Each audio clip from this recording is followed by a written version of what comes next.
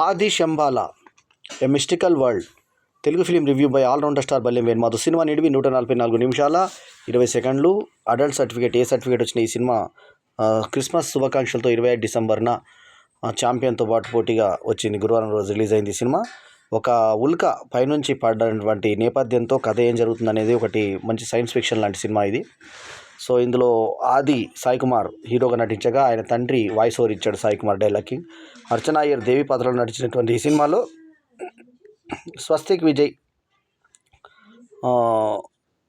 వాసతగా ఆమె యాక్ట్ చేయడం జరిగింది. ఆ తర్వాత మధునందన్ వచ్చేసి హనుమంతు పాత్రలో నటించినటువంటి ఈ సినిమాలో హర్షవర్ధన్ వచ్చి డాక్టర్ చక్రవర్తి పాత్రను పోషించాడు. రవివర్మ వచ్చి కృష్ణగా, తర్వాత శివకార్తిక్ దండా వచ్చేసి ఇంకో ఇంపార్టెంట్ పాత్రలు నటించినటువంటి ఈ సినిమా క్రెడిట్స్ ఎవరంటే యుగంధర్ ముని డైరెక్టర్ కాగా, రాజశేఖర్ అనిభిమోజు, డాక్టర్ మహేందర్ రెడ్డి వీళ్ళిద్దరు నిర్మాతలు కాగా, శ్రీచరణ్ పాకాల మ్యూజిషియను, రవికే బంగారి సినిమాటోగ్రఫీ, శ్రవణ్ కటికనేని ఎడిటింగ్. ఇక సినిమాలోకి వద్దాము. కథలోకి వస్తే మనకి ఇందులో ముఖ్యమైన పాత్రలు చేసినటువంటి వాళ్ళు రవి గావని, ఆ తర్వాత ఇంద్రనీలో వస్తాదుగా కొడుకు పుట్టాలనుకుంటాడు, కూతురు పుడుతుంది, కోపం ఉంటుంది. సో దీన్ని మనము మనిషిలో ఉన్నటువంటి అరిషడ్ వర్గాలని ఏవైతే ఉంటాయో వాటిని ద్వేషము, కోపము, కామము, లోభము ఇలా సైడ్ క్యాప్షన్స్ చేస్తూ చూపించిన తీరు ఆకట్టుకుంటుంది. మీసాల లక్ష్మణ్ పోషించినటువంటి పాత్ర, విలన్ పాత్ర చాలా అద్భుతంగా పేలింది ఈ సినిమాలో. అట్లాగే హీరోయిన్ కూడా మనకు హీరోయిన్ లాగా కాకుండా ఒక దేవతలాగా హీరోయిన్ని చూపించడము ఒక వెరైటీ లాగా అనిపించింది. సో కథా నేపథ్యంలో ముందు మనకు స్టార్టింగ్ తీసుకున్నటువంటి తీరు బాగుంది.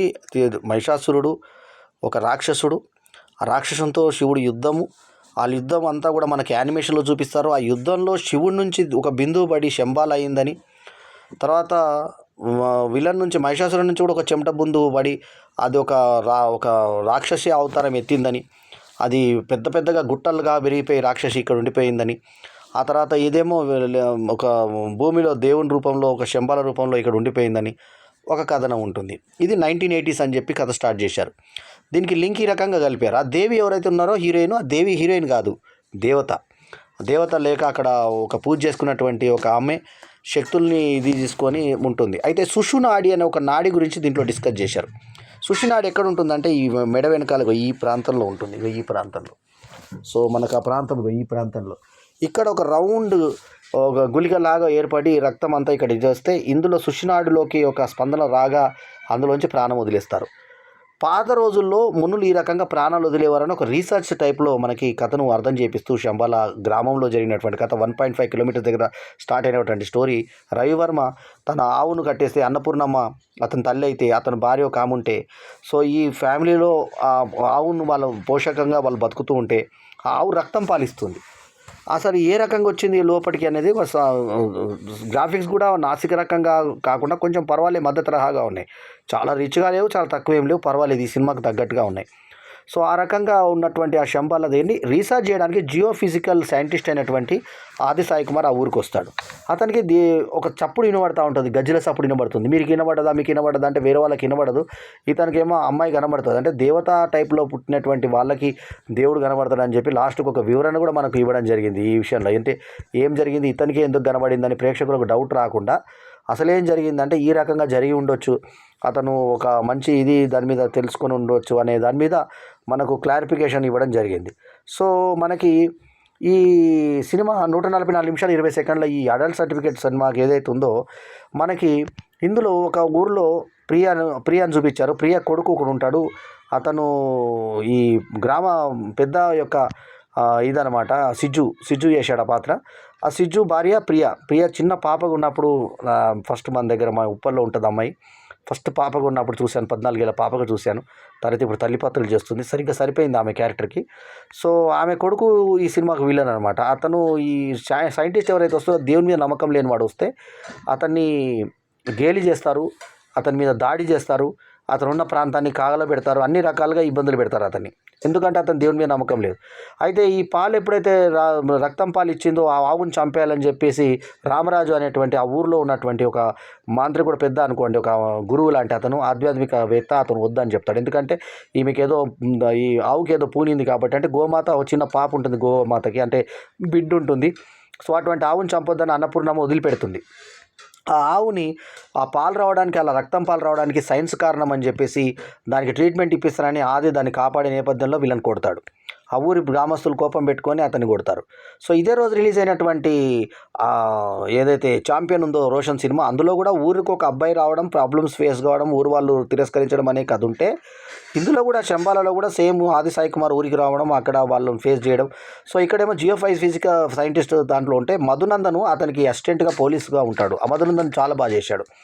అతని బాస్ ఒక ఇన్స్పెక్టర్ ఉంటాడు, అతను కూడా బాగా చేశాడు. సో మొత్తానికి వాళ్ళు నేపథ్యంలో ఏంటంటే ఇతనికి రక్షణ కల్పించాలని అక్కడ వచ్చినటువంటి ఆ మెటీరియల్ కింద ఉల్కబడితే దాన్ని బండభూతంగా ఊరు వాళ్ళు పిలుచుకుంటారు. బండభూతం కాదు, అది నిజమైన ఒక ఉల్క పడింది, దాంట్లో ఏముండదు, సైన్స్ ఇది టెస్ట్కి పంపుతామని చెప్పేసి చూస్తుంటే నేపథ్యంలో అక్కడ ఒక చిన్న పాప ఆర్టిస్ట్గా అన్ని బొమ్మలు వేస్తుంటే చూసినాయి. ఈ పాప నువ్వు ఎక్కడే బొమ్మ వేసామంటే ఇది గుడిలో అని చూసేసరికి ఇలా కనబడే దేవే కాదు, పంతుల కూతురు అని చెప్పింది. పంతుల కూతురు ఆమె కాదు, చిన్న 16 ఏళ్ల పాప. మరి దేవి ఎవరు అంటే దేవత. ఆమె ఈ పాప కనబడింది, ఇతని కనబడింది. అంటే మీరిద్దరు కారణజన్ముడు అయిన నీకు కనబడింది, ఆ చిన్నపిల్ల దేవతా రూపం కాబట్టి ఆమె కనబడింది అని చెప్పేసి లాస్ట్లో క్లైమాక్స్ అంటే ఊరందరూ నమ్మకపోయినా అది నిజమని చెప్పేసి పాపతో చెప్పేసి ఆది సాయి కుమార్ పడే పాటలు. ఆ ఊర్లో అతనికి కూడా దయ్యం మీద నమ్మకం లేకుంటే ఆ దయ్యాన్ని కల్లారా చూసినాక ఇంటర్వల్ బ్రేక్లో అతనికి దయ్యం మీద కనబడమే ఇంటర్వ్యూలో. ఆ తర్వాత దయ్యాన్ని చూసి ఒప్పుకొని ఇలాంటి ఏదో సైన్స్కి అందని శక్తి ఏదో ఉంది అన్నాక లాస్ట్కి ఎండింగ్లో సైన్స్కిలో ఇది ఉంది, శాస్త్రం ఉంది, శాస్త్రంలో సైన్స్ ఉందంటూ మంచి ముగింపు ఇచ్చి రెండింటికి క్లాస్ పెట్టి చక్కగా ముగించినటువంటి తీరు ఆకట్టుకుంటుంది మనకి. శంబాలకు నేను ఇస్తున్నటువంటి రేటింగ్ 4/5. ఇందులో మరి మంచి సరసమైనటువంటి ఎపిసోడ్స్ కూడా ఉన్నాయి. స్నానం చేసేటువంటి తంకలు కనబడేటువంటి అమ్మాయి హీరోయిన్ ఒక మన దీని మీద కింద ఇచ్చారు, ఒక వ్యాంపు క్యారెక్టర్ని చూపించారు. ఆమెకి ఈ గ్రామ పెద్ద కొడుకుకి అక్రమ సంబంధం ఉంటుంది. అది మీసాల లక్ష్మణ్ చూసి ఆమెను అనుభవించే తీరు అప్పుడు కూడా మంచి సెడ్యూజింగ్గా చూపించారు. ఆ తర్వాత ఇంకొక ఆమెను కూడా వేలాడదీసినప్పుడు బ్లౌజ్ కనబడేలాగా మనకి చూపించారు బ్రా మీద. సో ఈ రెండు సన్నివేశాలు మనకి ఎరోటిక్గా ఈ సినిమాలో ఉంటాయి. అట్లా స్నానం చేసే సన్నివేశం ఒకటి ఉంటుంది. ఇవన్నీ కూడా మనం మాస్ ప్రేక్షకులు ఆకట్టుకునే విధంగా చేసినటువంటి సినిమాలో పాటలు కూడా ఆకట్టుకునే విధంగా ఉన్నాయి.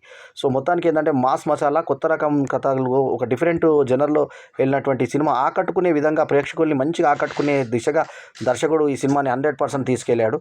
సో బాగా అనిపిస్తుంది మనకి ఈ సినిమాని ఆకట్టుకునే విధంగా తీశారు కాబట్టి ఆకట్టుకునే విధంగానే ఉంది. 4/5 is my review rating. So ఆది సాయి కుమార్కి ఒక కంబ్యాక్ సినిమాగా చెప్పుకోవచ్చు ఈ సినిమాని. ఎక్కడ కూడా మనకు నష్టం లేకుండా మనం పెట్టిన డబ్బుకి తగ్గట్టుగా ఉంటుంది. విక్రమ్ పాత్రతో చేసినటువంటి ఆది సాయి కుమార్ పాత్ర ఆకట్టుకునే విధంగా ఉంటుంది. శంబాల సినిమాకి బ్యాక్డ్రాప్గా పాత శివుని, పరమశివుడు, వాళ్ళ ఇద్దరి స్వేద బిందువులతోటి ఒకటి ప్లస్, దేవుని ఏమో ప్లస్ అవుతుంది, అదే రాక్షసు నుంచి పడ్డది సెకండ్ అవుతుంది. ఈ ప్రకారంగా తీసుకొచ్చినటువంటి ఈ సినిమాలో అటు సరసం పెట్టారు, ఇటు మీసాల లక్ష్మణ్ ద్వారా హారర్ పెట్టారు, ఆ తర్వాత దేవుని భక్తి పెట్టారు, తర్వాత మంచి పెట్టారు. అన్నీ మంచి చెడు అన్నీ పెట్టి ఒక గ్రిప్పింగ్ హారర్ ఫిలిం కింద శంబాలను ఒక వెరైటీ ఫిలింగా తీసుకొచ్చారు కాబట్టి సినిమా ఆకట్టుకునే విధంగా తయారైంది. So Sricharan Pakala background music ఈ సినిమాకి బాగా యాడెడ్ అయింది. అట్లాగే ఫోటోగ్రఫీ కూడా బాగుంది. సో మొత్తానికి టెక్నికల్గా యుగంధర్ ముని మంచి దర్శకత్వం చేసి ఓవరాల్గా శంబాలని ఒక వాచబుల్ మిస్టేకల్